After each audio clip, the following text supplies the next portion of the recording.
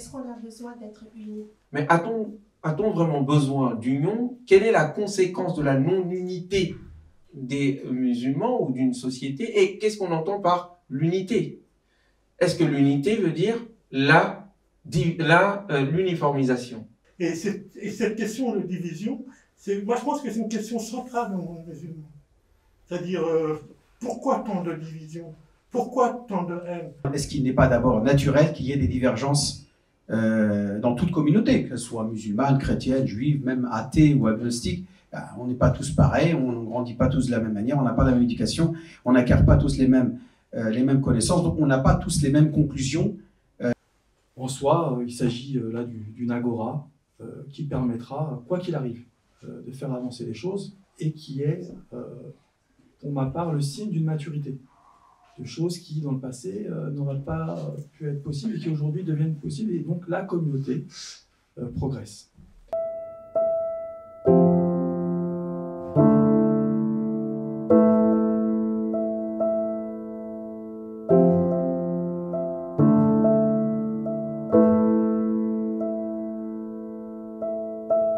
Et sérénité à tout le monde. Nous vous souhaitons la bienvenue. Nous sommes ravis de vous accueillir. Donc nous, c'est le collectif Un Islam des musulmans. Donc juste pour rappel, le collectif est né en fait d'un constat qui est que la communauté musulmane est dans la nécessité, voire l'urgence, de s'organiser avec une plus grande efficacité. Et pour cela, il faut qu'elle se donne les moyens humains, institutionnels et financiers. Donc, le collectif s'adresse et lance un appel à l'ensemble des musulmans soucieux de l'avenir des musulmans en France et dans l'Europe. Donc, notre porte est ouverte à toute personne volontaire pour réfléchir et agir, pour lier son chemin individuel à celui de la communauté, pour la rendre puissante et indépendante, porteuse de valeurs d'équité, de justice et de bienfaisance. Nous aimerions, pour commencer, partager avec vous quelques versets du Coran, de la sourate Ash-Shura, les versets 36 à 38, dont nous avons fait, en quelque sorte, notre feuille de route. Alors, je vous propose une traduction de Jacques Berck, mais je vous laisserai chercher d'autres traductions ou le texte original. Pour grand que soit le don que vous avez reçu, il n'est que jouissance de la vie d'ici-bas. Ce qui est en Dieu vaut plus et dure davantage à ceux qui croient et s'en remettent à leur Seigneur.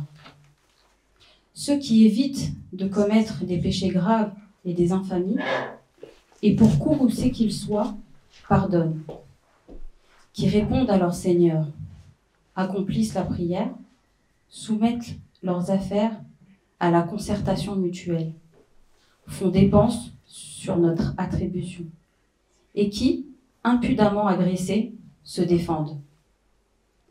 Donc d'après ce passage, il s'agit de construire ensemble 4 types d'instances ou d'institutions. Donc des lieux d'élévation spirituelle, une ou des assemblées délibératives et représentatives, une organisation stratégique de la question économique et de la solidarité, et bien sûr la défense et la lutte contre les agressions et l'injustice. Donc toutes ces questions relatives à ces différents domaines d'organisation, questions nécessaires à la communauté musulmane, ne peuvent se faire qu'avec la communauté elle-même, bien sûr. C'est dans ce cadre que nous vous proposons le thème d'aujourd'hui, qui est « Musulmans, pourquoi tant de divisions ?»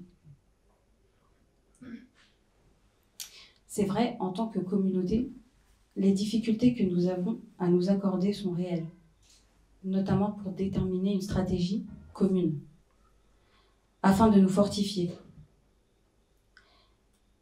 Et cela pour sortir de la position de bouc émissaire que nous avons dans la société occidentale, nous devons inspirer le respect. Pour nous accompagner dans cette discussion, Nous nous réjouissons de votre présence déjà. Et nous avons 3 intervenants aujourd'hui. Donc, Ousmane Timéra, philosophe et écrivain, notamment auteur de Lire le Coran, le premier tome d'une trilogie dont vous pouvez trouver des exemplaires quelque part dans la salle. Nous avons également Elias Dimzalen, conseil politique de perspective musulmane, militant contre l'islamophobie. Et plus globalement, il s'intéresse à tout ce qui touche et tourne autour de la communauté musulmane. Et enfin, Abdelali Mamoun, notre imam du jour, compagnon lors de petits et grands pèlerinages, et il est également la voix de la jurisprudence musulmane sur le réveil. En mon nom aussi, je vous remercie d'être présent en ce jour et de vous être déplacé. Alors, le but de cette rencontre, bien sûr, c'est de faire le constat, en effet, de cette problématique qui existe dans notre communauté. Juste pour rappel, on est là quand même depuis plus de 60 ans. On est plus de 10% de la population française. Donc, on pourrait quand même être beaucoup plus influent dans notre société à travers notre vision du monde. Mais par contre, on remarque qu'il y a beaucoup de querelles entre les différents courants ou les différentes nationalités parfois aussi. Ça clive beaucoup dans notre communauté. Donc, on va écouter nos 3 intervenants d'après leur expérience, leur vécu, à travers leur combat, comment eux, ils ressentent la chose. J'ai vraiment du mal avec le micro. Et, donc, ils auront... Alors, aujourd'hui, je vais être un peu strict. Pour le coup, vous aurez entre 15 et 20 minutes chacun pour pouvoir développer justement votre intervention. Ça, c'est la première heure. La deuxième heure, on va laisser le public réagir, développer. Donc là, ça sera vraiment l'occasion que vous preniez la parole. Si vous avez des idées, si vous avez des questions, bien sûr, même avec les intervenants, ils pourront répondre rapidement, mais surtout, ça sera votre moment à vous. Donc si vous avez des choses à dire, des questions aussi, mais surtout, si vous avez une idée sur le constat en tout cas, n'hésitez pas, vous êtes là pour ça. Donc ça sera sur la deuxième heure. Enfin, la troisième heure, avant la troisième heure, on fera une petite pause quand même, pour récupérer. Et sur la troisième heure, on essaiera de faire un bilan, enfin, pas le bilan pour le coup, ça sera plus justement essayer de développer des idées sur qu'est-ce qui pourrait marcher pour le futur. Comment est-ce qu'on voit notre communauté dans 5, 10, voire 20 ans? Parce qu'il faut travailler sur du long terme, il ne faut pas rêver. Et ça sera donc un échange, encore sur la dernière heure, ça sera un échange entre vous et les intervenants. Voilà ce que je vous propose. Donc, juste pour commencer les interventions, on va essayer d'avoir juste 2 questions de départ sur un postulat de départ. On va choisir 2 personnes. S'il y a des mains levées, n'hésitez pas à lever la main sur 2 questions sur cette problématique.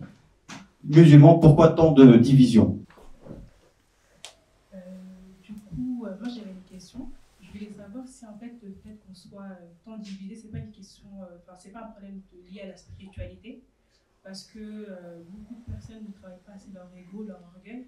Donc, on a tendance à souvent prêcher pour sa paroisse. Et je me pose la question si c'est pas le fait qu'on travaille pas assez notre spiritualité, qu'on fait pas assez preuve d'humilité, qui fait qu'on est divisé, que chacun vraiment prêche pour sa paroisse. Voilà la question que je me pose. Alors moi, ma question, en fait, c'est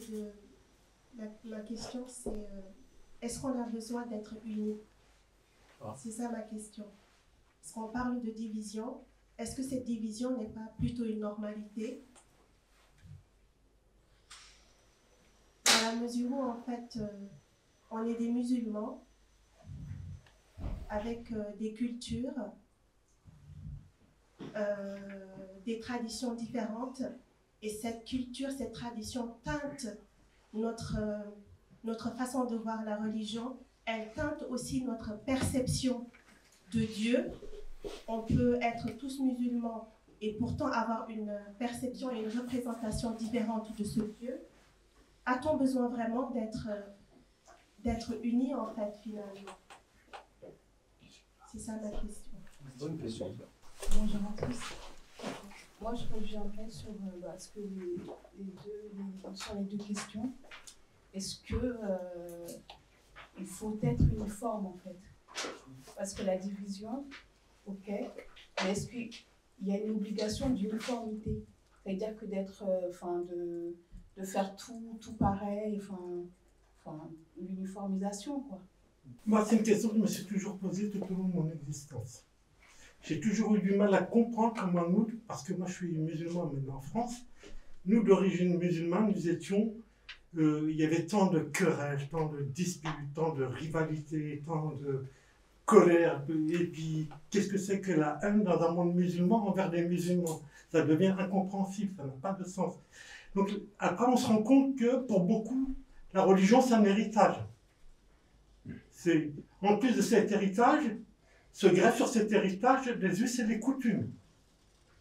Et puis, on ne voit pas l'autre avec amour, mais on voit l'autre, pas toujours avec amour, mais des fois comme un... Et puis, il y a tous les enjeux politiques, sociaux, économiques derrière. La religion, il faut le dire, c'est de l'argent pour certains. C'est pas forcément que de la foi. Et j'ai fait un petit passage en Algérie, puis je me rappelle en Algérie, les gens, ils allaient à la mosquée, ils disaient, lui, c'est l'imam du fric. C'est celui qui est payé par l'État. Ils n'allaient pas le voir, ils n'allaient pas dans sa mosquée. Puis ils disaient à l'autre, lui, c'est l'imam de la conviction, celui qui a la route. Ils allaient avec lui. Mais sauf que le discours de l'autre, il n'était pas aimable, il n'était pas, comment ça s'appelle, bienveillant dans la société en place. Il avait déjà pris une tangente, il avait déjà pris quelque chose de rigide, et parfois de violent. Et cette question de division, moi je pense que c'est une question centrale dans le monde musulman. C'est-à-dire, pourquoi tant de division? Pourquoi tant de haine? Pourquoi les gens se retrouvent derrière pour faire un imam, pour faire la même prière, mais dans leur cœur, ils ne sont pas en phase, ils ne vivent pas de la même manière, ils ne vont pas dans la même direction. C'est une question que je me suis toujours posée. Intervenir aussi par rapport à la préparation de cette rencontre. Il faut connaître aussi un petit peu ce qui se passe aussi derrière les coulisses, comme on dit. Il faut savoir que quand on a commencé la campagne de communication, qu'est-ce qu'on n'a pas entendu? Ah, Ousmane. Ah non, s'il y a Ousmane, je ne vais pas. Abdelali. C'est quoi ça? Voilà le problème de la communauté. On invite des personnes qui ont une légitimité. On ne peut pas être d'accord. Mais comment ça se fait que la communauté en arrive à juger autant des personnalités telles que celles qui sont devant vous? C'est quand même terrible. Donc voilà, je vous laisse sur cette petite réflexion. Ousmane, je t'en prie. Bismillahirrahmanirrahim. Au nom de Dieu, le clément, le tout miséricordieux. Déjà, tout d'abord, j'aimerais vous déclarer ma profonde gratitude pour votre présence à toutes et à tous. Ça fait longtemps que, je dirais même 15 ans, que l'idée d'un tel rassemblement nous avait déjà effleuré. Et on se rend compte qu'à force de persévérance, de patience, tout finit par se réaliser avec l'aide de Dieu. Vous êtes ce rêve qui se réalise et j'espère que ce rêve deviendra le vôtre pour qu'un plus beau se réalise dans les prochaines années. C'est un premier point. Deuxième point, nous avons des invités dont le propos et l'expérience n'est pas à prendre comme parole d'évangile ou de Coran, mais à prendre comme une contribution riche issue d'une expérience, d'un vécu, et pas seulement de la théorie. C'est important d'avoir des personnalités comme cela. Troisièmement, il s'agit pour nous de ne pas être des bisounours. Il y a de l'inefficacité dans l'idéalisme angélique. Si seulement nous étions unis, nous avons un même Dieu, et on se fait la bise et tout va bien. La vie ne fonctionne pas comme ça. Et l'islam nous ordonne d'être des gens pragmatiques qui prennent en considération les règles de fonctionnement des êtres humains, des sociétés et de l'univers. Quatrièmement, il y a forcément, et je vais essayer de parler à peu près 2 minutes pour ensuite reprendre la parole un peu plus tard, parce que ce qui m'intéresse, c'est les propos de nos amis ici présents.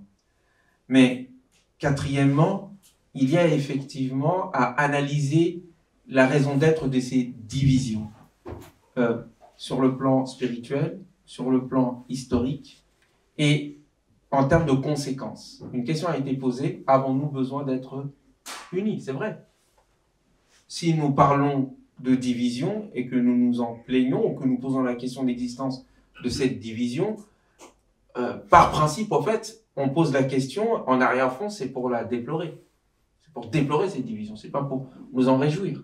Mais a-t-on vraiment besoin d'union? Quelle est la conséquence de la non-unité des musulmans ou d'une société? Et qu'est-ce qu'on entend par l'unité? Est-ce que l'unité veut dire l'uniformisation?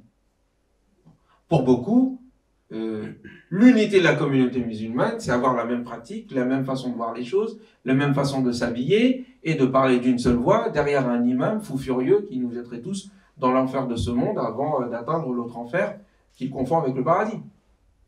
Bon, donc à un moment donné, quelles sont les causes spirituelles, sociologiques, politiques de cette division? Quelles en sont les conséquences stratégiques, sociales et même individuelles et psychologiques et personnelles? Cela pèse sur nous. Et surtout, ne nous pensons pas dans une île coupée de tout le reste de l'humanité. Nous participons à une société, nous participons à un continent et nous participons à une humanité. Et cette humanité est une. Et notre présence a des conséquences sur elle comme elle a des conséquences sur nous. Donc derrière ces interrogations qui sont les nôtres aujourd'hui, je souhaiterais effectivement que nous élevions notre niveau, que nous dépassions le niveau du prêchi-prêcha habituel à travers lequel nous parlons de l'islam, que nous essayions de comprendre les enjeux. De la division, il y en aura, dans le sens où il y aura des divergences. Mais la divergence, on n'est pas obligé qu'elle se transforme en division. Elle peut être de la diversité. Comment donc penser les modalités de l'interaction et de la diversité? Quelles sont les institutions que nous pouvons penser et mettre en place pour mieux interagir entre nous? Quels sont les grands principes essentiels auxquels nous devons tous tenir et que nous devons propager et enseigner comme étant l'essentiel autour duquel nous devons nous entretenir? Et puis, comment prendre en considération les points de vue secondaires, les avis différents sans se crêper le chignon? Mais et comment faire en sorte que l'existence de telle et telle opinion soit un enrichissement et non pas une occasion de division? Quelle est la cause psychologique, la cause en termes d'éducation, la cause en termes de formation de ces divisions qui perdurent? Il y a forcément des causes économiques. Il y a forcément des causes aussi d'intérêts divergents. C'est vrai. Il y a des gens qui ont intérêt à ce que la division perdure parce que sinon ils risquent de perdre leurs intérêts. Toutes ces choses-là sont à prendre en considération. Et je nous sais intelligent. Je nous sais capable de répondre à ces questions. Peut-être pas aujourd'hui, mais de tisser, en tout cas de commencer à entamer des réflexions qu'il faudra ensuite nourrir et produire et appliquer au fur et à mesure. C'est l'objectif de ce collectif, c'est l'objectif de votre présence ici. Et attention, attention. Nous ne sommes pas des imams toutologues. Il y a les toutologues et il y a les toutoulogues. Les toutoulogues, ce sont ceux qui aiment bien avoir des toutous. Ce n'est pas notre cas. Les toutologues, ce sont ceux qui pensent qu'ils connaissent tout. Ce n'est pas notre cas aussi. Vous avez des compétences, nous en avons, et nous avons une intelligence commune à créer et à construire. C'est ce que nous voulons faire tout au long de ces différentes rencontres que, je l'espère, nous réunirons dans les prochains mois et dans les prochaines années. C'est le propos que je voulais liminaire que je voulais tenir. Je laisse la parole à nos amis ici présents. Je la reprendrai un peu plus tard pour vous donner un aperçu sur le plan philosophique et historique de l'origine de ces divisions et quelques propositions en termes d'institutions à mettre en place sur le plan de la formation, sur le plan de la vision et sur le plan des institutions de concertation. Je vous remercie. Merci.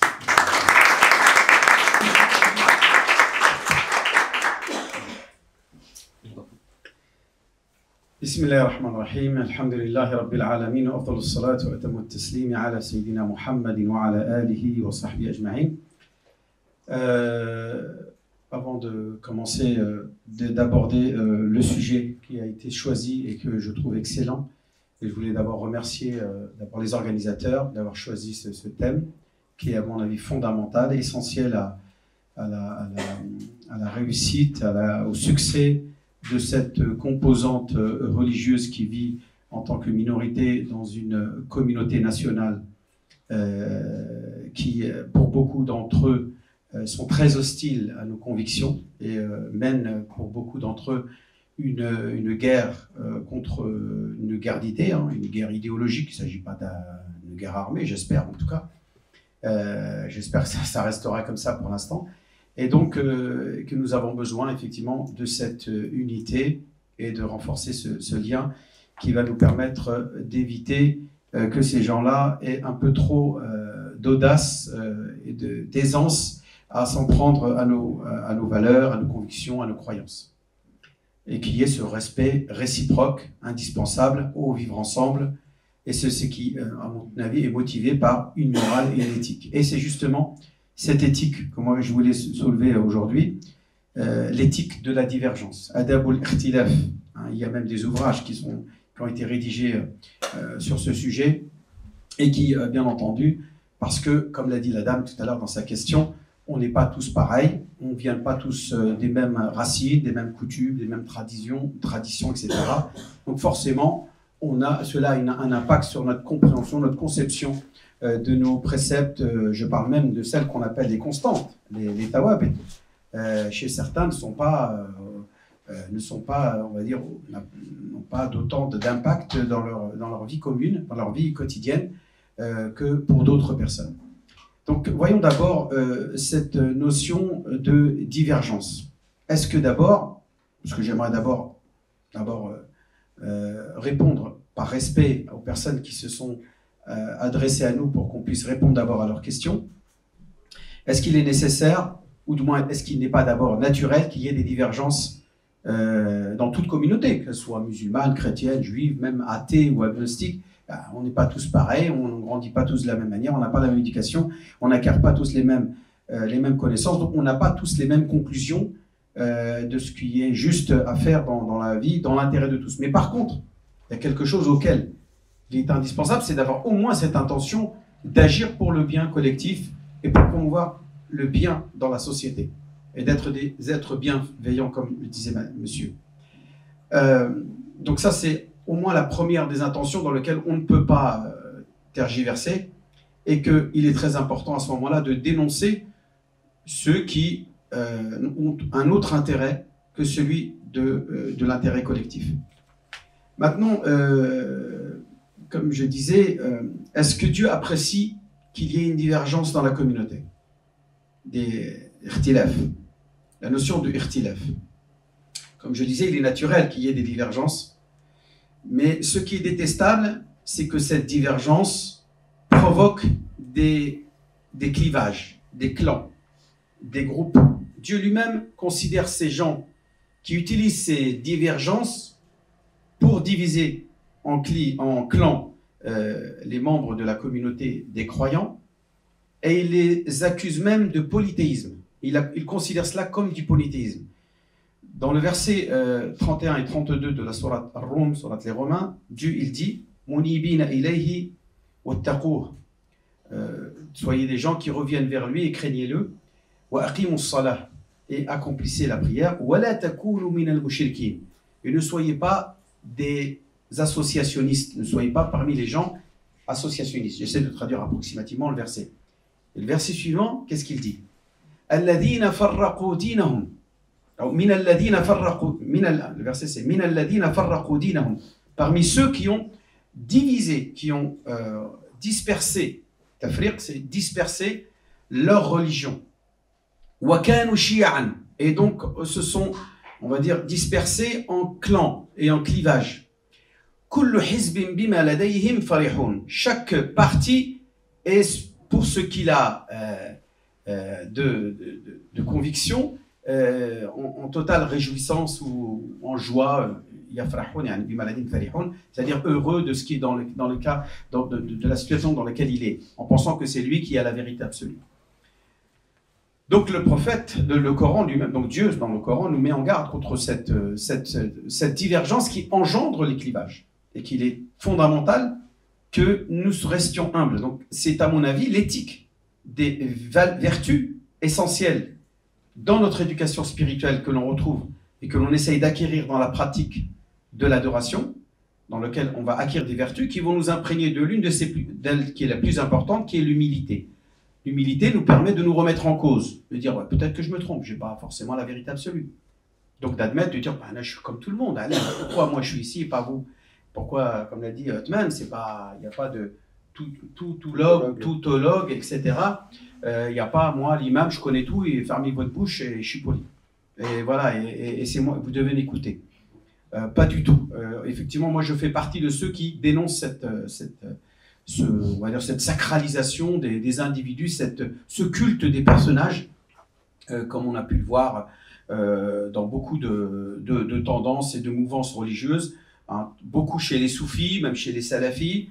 Ibn Baz, c'est le maître absolu, c'est le nouveau prophète du XXe siècle. Chez les soufis, c'est l'autre Tijani, l'autre Naqshbandi. C'est ce que moi, j'ai toujours combattu. Et je considère que l'infaillibilité reste dans la parole divine et celle de notre prophète bien-aimé, cette parole authentique, bien sûr, parole authentique qui nous a été transmise jusqu'à aujourd'hui, que l'on considère comme étant vraiment la parole du prophète, non pas les hadiths faux, etc., les mandous, bien braïf, jidel, etc. Non, à partir du moment où on a la conviction que c'est bien la parole du prophète, pour moi, ces deux références scripturaires qui sont, pour moi, les choses qu'on ne peut pas discuter. Par contre, les interprétations, les compréhensions de ces deux sources de l'islam, Masadr al-Tashri'iyya, que sont Al-Kitab ou Sunnah, leur interprétation peuvent faire bien entendu l'objet de divergences, et ça a toujours été le cas. Donc voyons maintenant les différents domaines dans lesquels les musulmans peuvent se retrouver dans des divergences. Bien entendu, vous avez le domaine de l'aqida, dans le domaine dogmatique, dans ce qu'on appelle les constances qui sont liées au dogme de l'islam, ou dans lequel on peut avoir sur certains détails de ce dogme-là, dans cette grande communauté des musulmans, et je parle surtout de la communauté sunnite, hein, il peut y avoir certains points dans lesquels on diverge. Mais vous avez des constances dans lesquelles, eh bien, c'est intouchable, à partir du moment où là, on essaye de remettre en cause telle ou telle constante, eh bien, on peut souvent s'exclure de la religion. Et ça, c'est là où il faut faire attention. Et c'est le seul domaine dans lequel la corde est extrêmement sensible, c'est la question du dogme, ce qu'on appelle les fondements de la foi de l'islam, dans lequel il est très important de ne pas trop s'aventurer vers les sentiers battus, comme on dit. Après, vous avez les divergences dans le domaine du droit, du fiqh, comme on dit, dans le domaine juridique. Là, même les savants, de manière ancestrale et à travers toutes les générations, depuis l'avènement de l'islam, depuis l'avènement du prophète jusqu'à aujourd'hui, il y a toujours eu des divergences. Je ne vois pas pourquoi ça devrait s'arrêter. Et qu'on se transforme tous en soldats qui marchent en ordre serré, derrière le caporal qui est l'imam. Allez, 1, 2, 1, 2, tout le monde doit penser, comme l'a dit la dame, de manière uniforme et se mettre d'accord derrière une école malikite. Allez, on est tous malikites. Non, il y a malikite, l'imam Malik, avec tout le respect qu'on a pour lui, que Dieu le couvre de sa miséricorde, c'est un être humain. Et lui-même, il le dit. Tout être humain, lui-même, Malik dit, tout être humain, sa parole peut être acceptée ou rejetée et critiquée, sauf celui qui est dans cette tombe. Et il a montré la tombe du prophète Mohammed à Médine, puisque c'est un Médinois. Malik était un Médinois. C'est la seule personne que l'on ne peut pas critiquer, c'est Sayyidina Mohammed, car un musulman a l'obligation d'avoir la conviction que Mohammed était infaillible. Un musulman qui pense que non, Mohammed, non, parce qu'il existe chez les juifs, on va dire dans la théologie, dans la foi juive, des récits dans lesquels on accuse des daous de traîtrise, de tromperie, ou beaucoup de prophètes qui ont été... alors que pour nous, non, c'est pas possible. Un imam, un prophète, à partir du moment où il est prophète, il est infaillible. Ma'soum an al-khata. Ça fait partie du credo, du dogme indiscutable de notre conviction, de nos convictions musulmanes, et notamment celles qui sont même chez les chiites, c'est la même chose, il me semble. Je pense qu'eux aussi considèrent que l'infaillibilité est aussi une qualité du prophète. Donc dans le domaine du fiqh, il y a divergence, et ça a toujours été le cas. Dans le domaine de ce qu'on peut appeler le minhaj, là encore, il peut y avoir des divergences. Hada, il considère que le militantisme ou le rapport que l'on doit avoir avec le non-musulman doit être un rapport sur la volonté de le convertir, je serai établir à ce moment-là, d'imposer la foi authentique et l'unicité de Dieu, je serai salafi, d'imposer la charia, je serai frère musulman, d'imposer, je ne sais pas moi, une spiritualité, je serai soufi, etc. Donc il peut y avoir déjà, rien qu'avec cela, des différentes orientations des uns et des autres qui vont prioriser un de ces aspects de la religion, une de ces actions qui doit être menée vis-à-vis de soi-même et vis-à-vis d'autrui et de la relation qu'il a avec Dieu.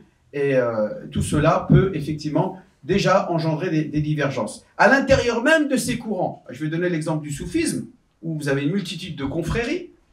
Ne croyez pas qu'il y a énormément de respect derrière la façade des courants soufis, plutôt des confréries soufis. Eh bien, chacun se discrédite par rapport à l'autre. Chacun dira, moi, l'élève d'Abd al-Qadir al-Rifa'i, je critiquerai Abd al-Qadir al-Jilani, et le Abd al-Qadir al-Jilani va critiquer la Tijaniya va critiquer la Naqshbandiya. Et je vous parle là des confréries soufis, qui sont censés être imprégnés d'humilité, puisqu'ils sont dans une démarche spirituelle dans laquelle leur ambition, c'est de s'imprégner de la lumière divine qui va, bien entendu, leur permettre on va dire, de créer chez eux une certaine béatitude, un bien-être, et donc de s'imprégner des vertus que nous a transmis le prophète bien-aimé Mohammed sallallahu alayhi wa sallam. Et donc là, même là, on voit que c'est pas toujours glorieux et honorable. Désolé, Sharim, il te reste voilà. 2 minutes, je sais pas si... Et donc voilà, je termine par la dernière, c'est quand il y a aussi des divergences d'ordre politique et organisationnel et social. On peut tout simplement, parce que moi je veux garder mon poste, moi je veux ceci, je veux cela, où je pense que c'est à travers mon message et mon guidage, c'est-à-dire que moi en tant que berger, je me considère comme celui le plus compétent, donc je n'accepterai pas que quelqu'un conteste. Et donc là encore, je pourrais rentrer avec d'autres meneurs qui, pour justement se situer comme étant meilleurs que les autres, pensent qu'ils peuvent être à la tête de tel ou tel clivage ou de telle composante musulmane, de telle partie de notre communauté musulmane. Donc tous ces domaines de divergence doivent effectivement doit être maîtrisé, doit être contrôlé, et qu'il faut tout simplement se remettre en cause pour que nous puissions, Inch'Allah ta'ala, se dire que pourquoi pas, qu'on a besoin de tous ces mouvances-là. Il y a du bien, de ce qui va mal, eh bien, on le rejette, mais tout ce qui est bien, pourquoi pas, on n'est pas obligé d'être forcément dans cette logique de dire « Ah non, Ana Salafi, les tabiri, c'est des mubtadi', parce que Cheikh Khantel, elle l'a dit. Ou moi, je suis soufi, nous sommes le groupe élu parce que notre Mourchid l'âme, le maître spirituel, est l'héritier du prophète et que tous les autres n'ont pas ce privilège d'être élus par Dieu pour être les héritiers du prophète, et ainsi de suite. Donc tout cela est souvent motivé par des vices, et notamment le plus important d'entre eux, c'est l'orgueil. Voilà, je m'arrête là pour donner la parole à Elias, et puis voilà, il y aura certainement d'autres choses à dire.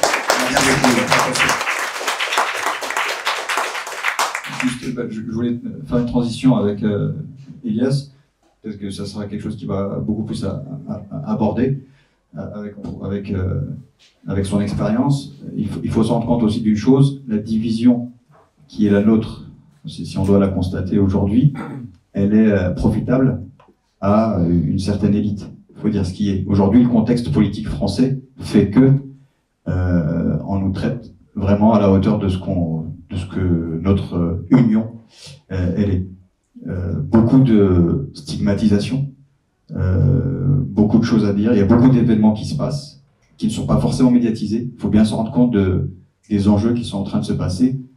La loi séparatisme et j'en passe. L'imam Hassani Hussein, on pourra aussi en parler, de ce qui s'est passé, c'est pas normal. Il y a des choses qui sont pas... On ne peut pas se permettre de traiter un imam qui finalement n'a pas été condamné au niveau de la loi d'une telle façon. Donc il y a plein de choses comme ça qu'on pourrait dire. Et malheureusement, l'état de la communauté fait que l'État peut se permettre. Donc voilà, cher Alias. Salam alaikum, bonjour à tous. Déjà, je vais remercier tout le monde d'être présent. Ça fait plaisir. Ça prouve que la communauté se mobilise et qu'elle est capable de se réunir. Et c'est une preuve en soi.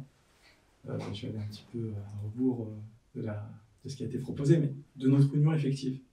Aujourd'hui, on le voit, il y a dans cette salle des personnes de toute origine, de toute spiritualité, je devine, qui ont des parcours différents. Ils se retrouvent, parce qu'ils sont musulmans, pour opérer cet effort de réflexivité, de penser d'opérer finalement un constat sur notre réalité, sur nos expériences, sur ce qu'on a fait, pour se créer de nouveaux horizons. En soi, il s'agit là d'une agora qui permettra, quoi qu'il arrive, de faire avancer les choses et qui est, pour ma part, le signe d'une maturité, de choses qui, dans le passé, n'auraient pas pu être possibles et qui aujourd'hui deviennent possibles, et donc la communauté progresse. Bon, pour ce qui est de la division en soi, c'est pas mon rôle, il y a un imam ici, mais évidemment, il y a une injonction à l'unité qui ressort de nos textes. Joignez-vous tous au câble d'Allah et ne vous divisez pas. Également, la vision prophétique qui a décrit la communauté comme un corps. Et donc, pour déjà répondre à la question, un corps, on y trouve une main, une bouche, un cerveau, des nerfs, donc autant de différences, mais qui se coordonnent pour donner quelque chose de grand, qui est l'être humain ou la cellule vivante, sans pourtant être uniforme. Donc effectivement, il y a une injonction à l'unité dans l'action. Si on veut faire un petit peu d'histoire, permettez-moi d'en faire un petit peu ici. Il est vrai que les musulmans sont nés sur une union, donc une alliance, en arabe on dit le wala, et c'est repris par Mose comme la première condition d'une solidarité active, horizontale. Pour revenir vraiment à notre situation, il y a 20 ans, les gens qui étaient dans la salle, avec toutes leurs différences, ne se mariaient pas. Là, vous constaterez que les gens se marient entre eux, quelles que soient leurs origines sociales, leurs origines ethniques. Donc encore une fois, il y a un progrès. Cette unité est d'ores et déjà vivante. Déjà chez ma génération, je pense. Ça a pris du temps, mais aujourd'hui, quand vous allez dans une mosquée ou dans la rue, vous voyez nos jeunes, comme on dit, traîner ensemble, avoir les mêmes jeux, les mêmes passions et le même amour pour leur dîne. Donc pour revenir à l'histoire, effectivement, les musulmans étaient regroupés, que ce soit du Maroc jusqu'à l'Indonésie, quelle que soit leur ethnie, leur couleur, ou que sais-je encore, dans un même ensemble. Et évidemment, aujourd'hui, certains historiens parlent de début de décadence du monde musulman à partir du moment où il y a eu deux khalifats séparés, comme vous le savez, entre Omeyyades et Abbassides, et que cela en soi a été un traumatisme pour la communauté, et que contrairement à d'autres qui ont parlé de baisse de spiritualité, de baisse de l'effort dans l'ijtihad, on dit que finalement c'était peut-être le prémisse d'une décadence. Donc effectivement, il y a une importance à donner à cette unité, bien que, ça a été souligné auparavant, les divergences au sein même des compagnons du prophète, à lui la bénédiction et le salut, et les madahib, les écoles juridiques, même les courants de pensée ont existé quasiment tout de suite. Et parfois, les oppositions ont été fortes. On connaît des personnes comme l'imam Ahmed, parce qu'il a résisté à un tyran qui voulait lui imposer un dogme. Mais ce tyran, quand bien même était-il un tyran, défendait l'islam et faisait encore vivre l'idée de l'islam, non seulement dans son territoire qu'il administrait, et à l'extérieur.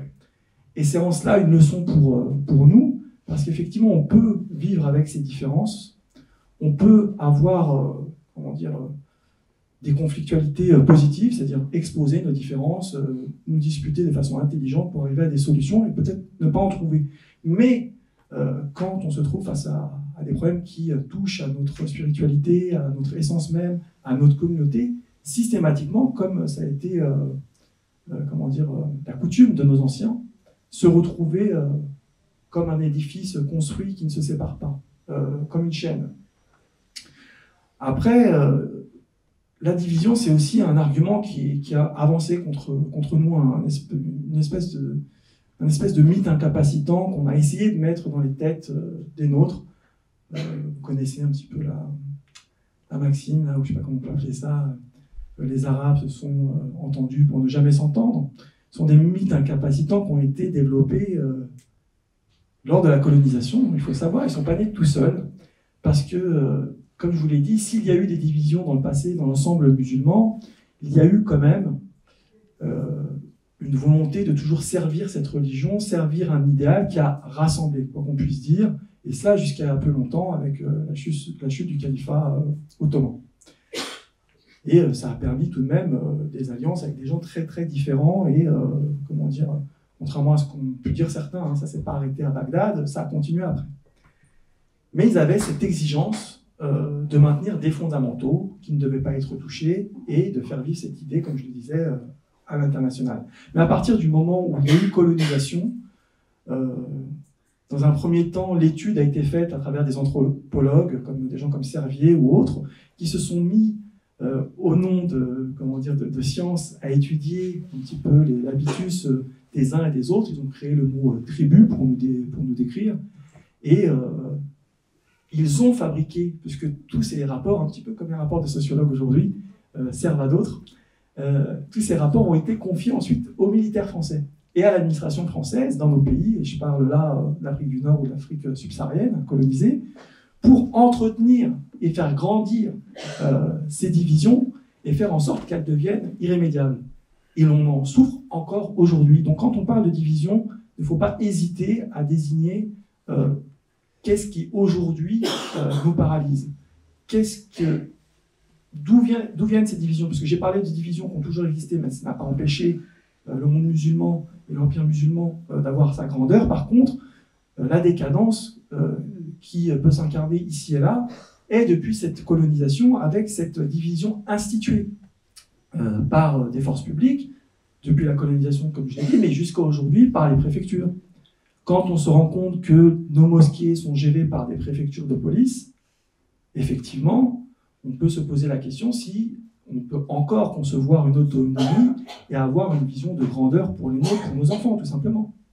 Si ces mosquées sont administrées par les ambassades du Maroc ou d'Algérie, comme ça je ne ferai pas de différence, on peut se poser la question de savoir si je vais me reprendre, j'allais dire tyran, si ces pays qui sont gouvernés par des gens qui ne sont pas forcément les meilleurs sur Terre servent nos intérêts ou leurs intérêts.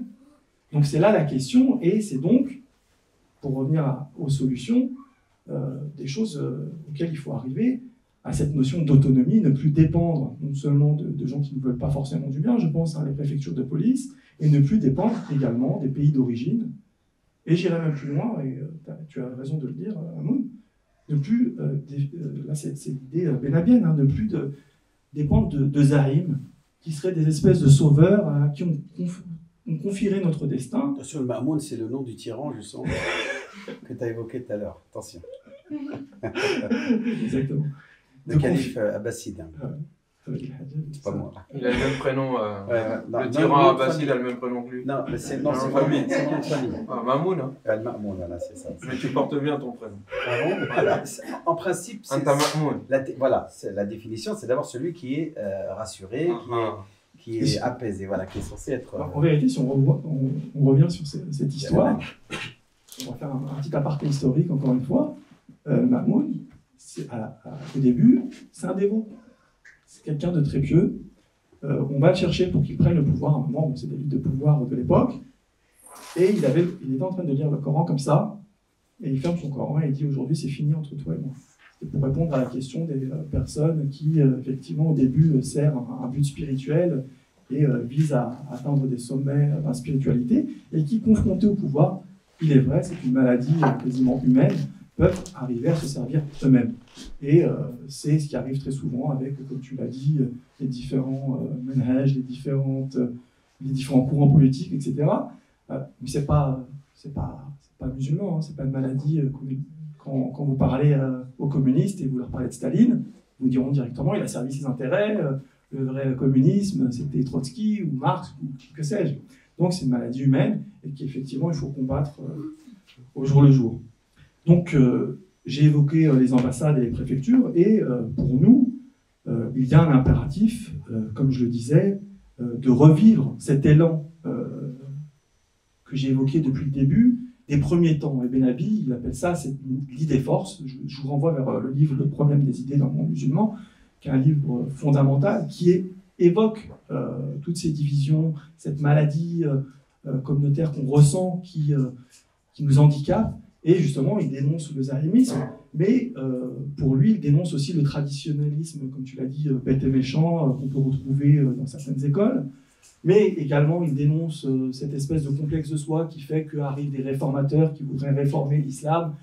En vérité, le but est toujours le même, plaire aux colons et pour, comment dire, s'assurer d'avoir une bonne vision auprès de lui, quoi, être représentant des musulmans, mais finalement ne représenter que la volonté du colon ou des administrations publiques.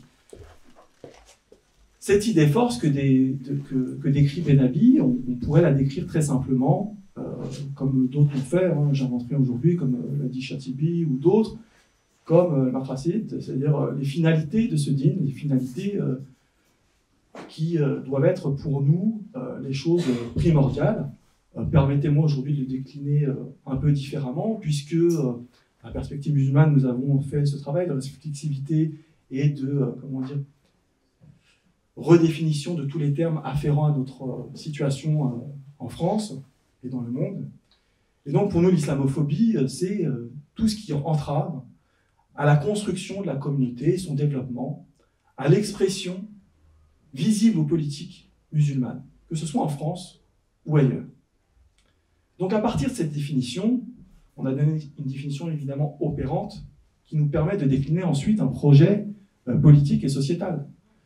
Quelles sont ces finalités? Si l'islamophobie, c'est tout ce qui entrave notre construction, alors il nous faudrait être dans la lignée des constructeurs. Tu as parlé d'écoles fermées.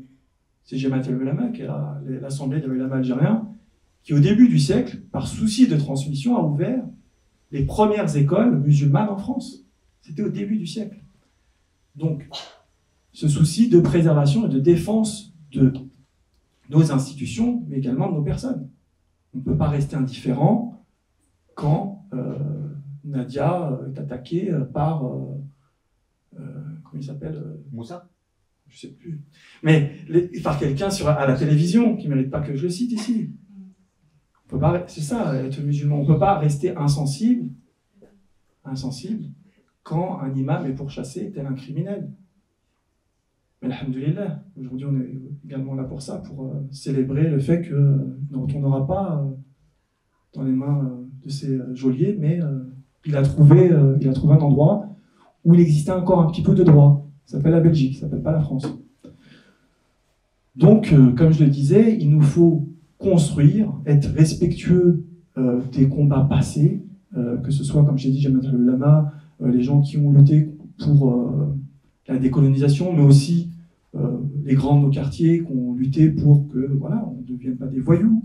Il faut leur rendre aujourd'hui à nos mamans, à nos papas qui ont construit les premières mosquées, et aux frères qui, malgré leurs erreurs, et aux sœurs qui ont essayé d'amener un petit peu plus d'islamité dans tout cela. Tout ça, c'est un tout qu'il ne faut pas séparer, et il faut s'inscrire dans cette tradition. Et donc, l'islamophobie, si c'est tout ce qui entrave la construction et le développement, il nous faut prendre des initiatives, parce que le développement, c'est l'initiative musulmane. L'initiative musulmane, c'est pas simplement lutter contre l'islamophobie, c'est qu'un premier pas. Si on est agressé, on se défend, et c'est bien normal. Mais c'est aussi proposer des solutions islamiennes, comme j'aime à l'appeler, au monde entier. On ne peut pas rester insensible à la société, alors que dans nos familles, dans nos quartiers, se trouvent des gens qui ne vont pas pouvoir payer leur facture de gaz, qui d'ores et déjà se posent la question de savoir si l'année prochaine, ils pourront manger à leur faim. Et là, je fais référence aussi au monde de l'éducation. On ne peut pas rester indifférent à la privatisation systématique de l'éducation nationale par les amis de Macron, de la finance, par les élites, qui aujourd'hui laissent à l'abandon nos écoles, et plus particulièrement les écoles situées dans les quartiers à majorité musulmane. Sachez qu'à Nanterre, en ce moment, une révolte a explosé de la jeunesse musulmane. Elle n'a pas été médiatisée, mais et je pense que c'est eux qui nous donnent l'exemple. C'est eux qui nous donnent l'exemple parce que la théorie c'est bien, mais eux ils ont été la communauté en acte. Une communauté en acte qui a fait valoir et qui a exprimé ce qu'était l'islam dans l'action. C'était quoi leur revendication? Un, qu'on ne leur supprime pas leur aide scolaire à cause des coupes dans les budgets que fait l'État. Et par contre, quand vous allez à HEC ou autre, là, l'argent, ça y va. Toujours pas pour les mêmes. C'était leur première revendication. Et leur deuxième revendication, c'était l'arrêt définitif du harcèlement que vivent les jeunes femmes musulmanes quand elles se rendent à l'école et qu'elles portent le hijab et qu'elles le retirent et qu'on vient leur mesurer la taille de leur jupe, la couleur, etc. Ça, c'est une islamophobie systémique qui existe. Et en cela, la jeunesse nous a montré, comment dire, le chemin. Et pour finir, si l'islamophobie, c'est tout ce qui entrave notre expression visible et notre expression politique, et bien la jeunesse nous a montré que l'expression musulmane devait vivre dans sa visibilité et également dans son expression politique, puisqu'ils sont mobilisés. C'est bien là la tradition française depuis la Révolution, il me semble, et même depuis les jacqueries, de se révolter quand la tyrannie devenait insupportable.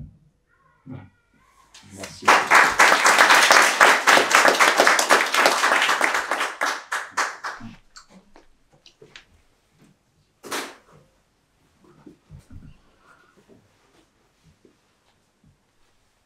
On peut dire après de tels discours.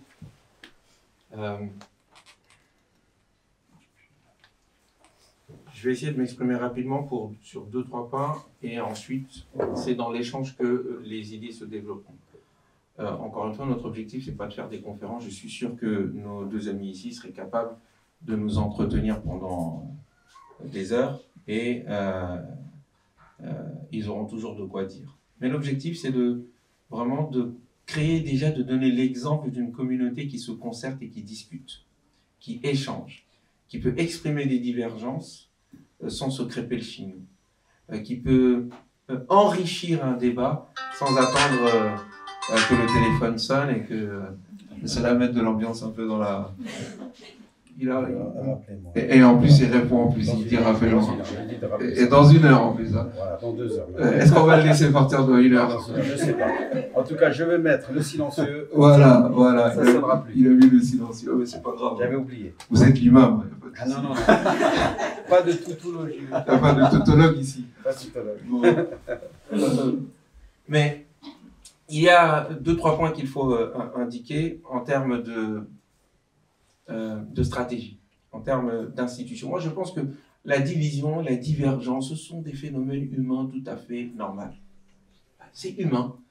Et le Coran le dit très bien, la sociologie le dit très bien, nos vies quotidiennes dans nos familles le disent très très bien aussi. Issus de la même mère, du même père, ça ne nous empêche pas pour autant d'être divergents, d'être différents et quelquefois même d'être divisés. Mais on essaye de faire tant que faire se peut que dans la même famille, nous ne divisions pas. Pour quelle raison est-ce que, par quel biais est-ce que nos divergences au sein de nos familles ne nous divisent pas jusqu'à nous éclater? C'est que nous mettons... Ouais, peut-être la clim ou... Est-ce que vous m'entendez d'ailleurs? Oui, on entend. Tout va bien, me laissez ce problème tranquille, concentrons-nous sur l'essentiel. Éducation. Il y a quelque chose qui vient de lâcher là. C'est pas moi. C'est ma voix? Non, c'est peut-être la clim. Est-ce que vous m'entendez d'ailleurs? Tout va bien, me laissez ce problème tranquille, concentrons-nous sur l'essentiel. Il y a un souci majeur dans le type de religiosité qui est propagé dans la communauté musulmane. C'est une religiosité qui met l'accent sur les points de détail et qui en font des principes. les points qui sont censés être des points non essentiels, que l'on doit faire, qui doivent être l'objet de tolérance mutuelle entre nous, sont érigés lorsque nous exprimons la religion, sont érigés lorsque nous l'enseignons, comme étant l'essentiel et le point culminant de la religion, sans laquelle la religion n'existe plus. Vous rasez votre barbe, vous allez en enfer. Vous portez une cravate, c'est comme si vous portiez une croix. Vous avez le pantalon qui descend un peu, a'ouzoubillah, le diable est votre compagnon.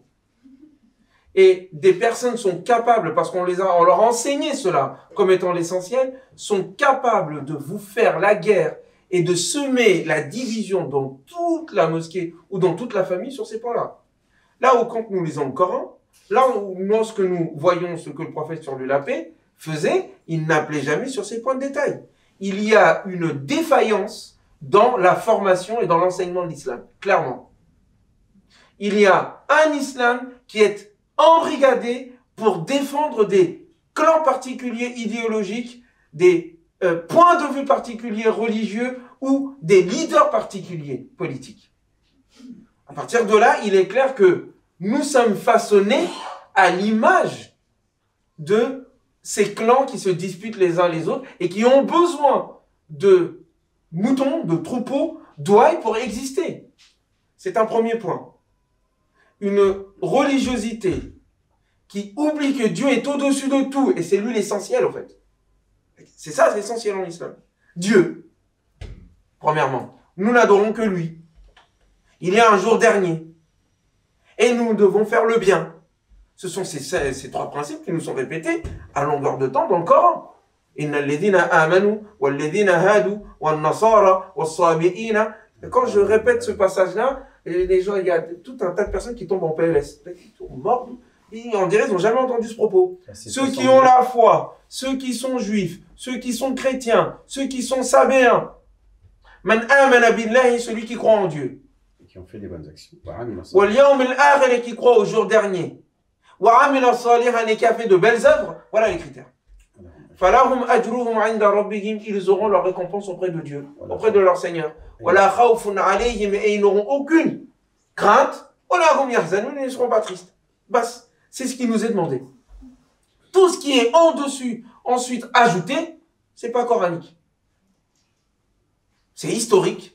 Ce sont des interprétations qui peuvent être utiles, notamment dans l'application de ces principes, mais qui ne peuvent pas être considérées comme étant le pilier central de notre religiosité. C'est un premier élément. Il y a donc un travail de formation, de construction d'un enseignement qui doit se baser sur les principes universels de l'islam, valables en tout temps et en tout lieu.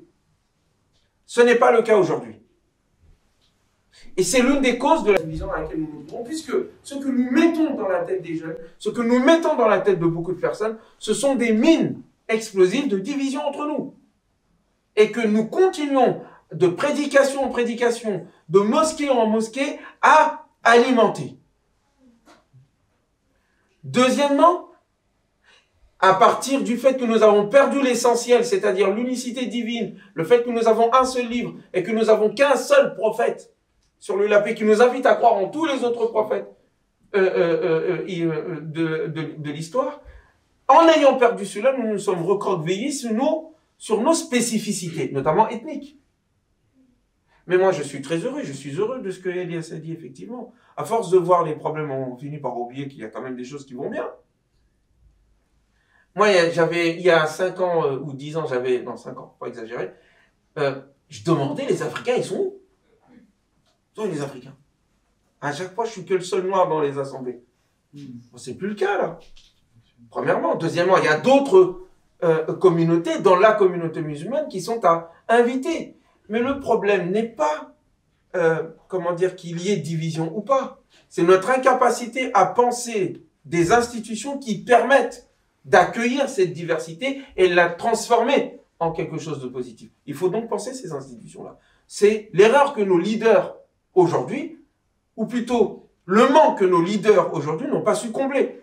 Ils ont mis en place des grandes fédérations, mais des fédérations qui n'ont fait que, que poursuivre leurs intérêts à eux, de se limiter à l'intérêt du groupe, de se limiter à l'intérêt de l'ethnie servie, de se limiter à l'intérêt du pays d'origine servi. Il nous faut passer à un autre niveau. Penser les modalités d'une interaction qui reconnaît la diversité de la communauté musulmane, fondée sur une des principes communs que nous respectons tous, et qui met un cadre qui permet à ce que les différentes traditions, cultures et coutumes puissent s'exprimer, et de penser les modalités, et c'est ça le véritable leadership, de penser les modalités comme un chef d'orchestre. Comment mettre en musique tout cela? Et ça, c'est l'échec dans lequel nous nous trouvons aujourd'hui. Et enfin, dernier point, nous avons un type de religiosité qui nous recroqueville sur nous-mêmes. Sous prétexte que nous sommes, soi-disant, des élus de Dieu, un peuple élu, la communauté sauvée, nous nous sommes confondus avec Dieu lui-même. C'est le pire du shirk. On patauge dans cette affaire. Ce que nous disons, c'est Dieu qui le dit. C'est le danger de la religion, effectivement. Parce que nous avons besoin de croire en un Dieu. Nous croyons en un Dieu qui est supérieur, qui est au-delà de tout. Mais ensuite, en même temps, puisque nous avons reçu sa parole, nous nous pensons privilégiés et devant être au-delà des règles qui doivent s'appliquer au reste de l'humanité. Voilà pourquoi est-ce qu'on peut se permettre de dénigrer les autres. Voilà pourquoi est-ce qu'on peut se permettre d'avoir des comportements de voyous, tout en se disant que Dieu va nous pardonner parce qu'on est ses potes. Or, Dieu n'a pas de potes. Même les prophètes sont soumis aux règles. Et le prophète lui-même le disait, si demain je fais du mal à quelqu'un qui ne mérite pas le sort, Dieu me demandera des comptes Yawm al-Qiyamah. C'est lui qui dit ça. Par contre, nous disons que quoi qu'il arrive, on ira au paradis. Et cela se transpose dans notre attitude envers le reste de la communauté nationale et de l'humanité. Nous nous voyons, on nous a embrigadés dans une panique politique existentielle permanente où le monde entier est contre nous. Où nous sommes entourés de complots farfelus. Alors il y a le complot des djinns. Nous, on est les seuls à être touchés par les marabouts et par les sorciers. Ah, moi, tu dis, mais les athées, ils n'ont pas de problème. Pourquoi ils viennent chez nous, comme si notre religion ne nous protégeait pas d'eux? Mais laissons les djinns de côté. Nous sommes entourés de complots qui nous empêchent de voir le bien dans les autres et de voir des possibilités de collaboration, de discussion. La France n'est pas à l'image des islamophobes de CNews. Il y a une grande diversité et je dirais même une grande tolérance dans ce pays. Le problème, c'est que si on se sent piégé, siégé, assiégé, et c'est comme ça qu'on voudrait qu'on pense, aucune collaboration n'est possible à ce moment-là. À l'intérieur de nous, communauté musulmane, comme avec les autres au sein de la communauté nationale et au-delà. Ce sont ces graves problèmes qu'il faut régler de façon urgente. Et là, on a besoin d'intellectuels, on a besoin de philosophes, on a besoin de théologiens de grande qualité. Pas les... Je ne vais pas finir sur ma phrase. Deuxièmement, on a besoin aussi d'artistes. Le problème, c'est que nous réduisons, et je vais m'arrêter ici, nous réduisons l'élite musulmane aux imams. On n'a pas de mathématiciens, on n'a pas d'hommes politiques, on n'a pas de financiers. Les autres leaders sont complètement effacés. De sorte que tous ces autres leaders qui peuvent contribuer ont peur de nous. Parce qu'ils disent, j'ai pas les compétences pour dire Qala Allah, Qala Rasoul.